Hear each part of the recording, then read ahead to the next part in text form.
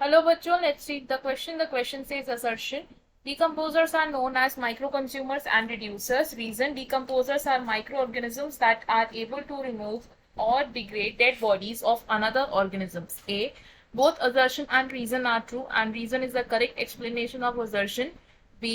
Both assertion and reason are true, but reason is not the correct explanation of assertion. C. Assertion is true, but reason is false. D. Assertion is false but reason is true. E. Both assertion and reason are false. तो question में हमें एक assertion दिया है. assertion क्या है कि जो decomposers होते हैं उन्हें माइक्रो कंज्यूमर्स और रिड्यूसर्स भी कहा जाता है, और उसका रीजन क्या बताया गया है कि जो decomposers होते हैं वो माइक्रो ऑर्गेनिजम्स होते हैं जो डेड बॉडीज को डिग्रेड और रिमूव कर देते हैं. तो हमें इन गिवन ऑप्शंस में से करेक्ट ऑप्शन को चूज करना है, लेकिन हम सबसे पहले क्या करेंगे, इस क्वेश्चन का की कॉन्सेप्ट समझेंगे. तो इन दिस क्वेश्चन जो की कॉन्सेप्ट यूज हो रहा है वो क्या है, डीकम्पोजर्स. तो ये जो डीकम्पोजर्स होते हैं इनका इकोसिस्टम में एक बहुत इंपॉर्टेंट रोल होता है. Important role in ecosystem. अब क्या रोल निभाते हैं ये इकोसिस्टम में, ये देखते हैं. इकोसिस्टम में डिकम्पोजर्स किस लिए पार्टिसिपेट करते हैं, इन एनर्जी फ्लो.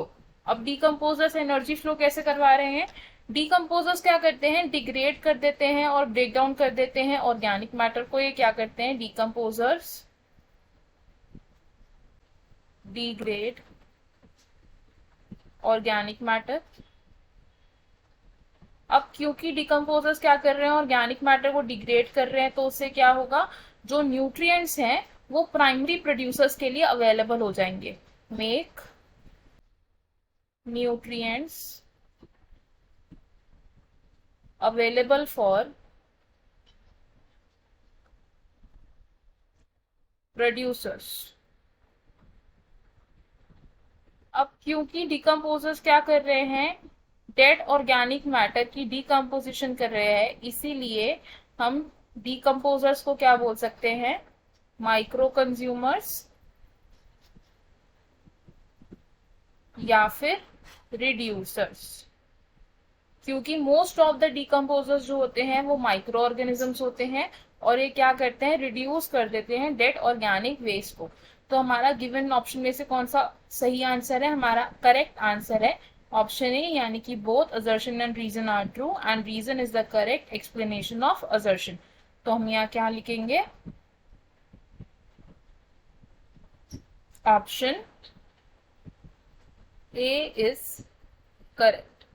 अब देख लेते हैं कि बाकी ऑप्शंस क्यों इनकरेक्ट है. Option B says both assertion and reason are true but reason is not the correct explanation of assertion. ये ऑप्शन रॉन्ग होगा क्योंकि रीजन एक्सप्लेन कर रहा है एक्सर्शन को.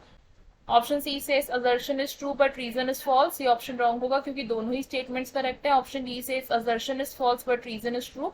ये ऑप्शन भी रॉन्ग होगा क्योंकि दोनों ही असर्शन और रीजन स्टेटमेंट्स ट्रू हैं.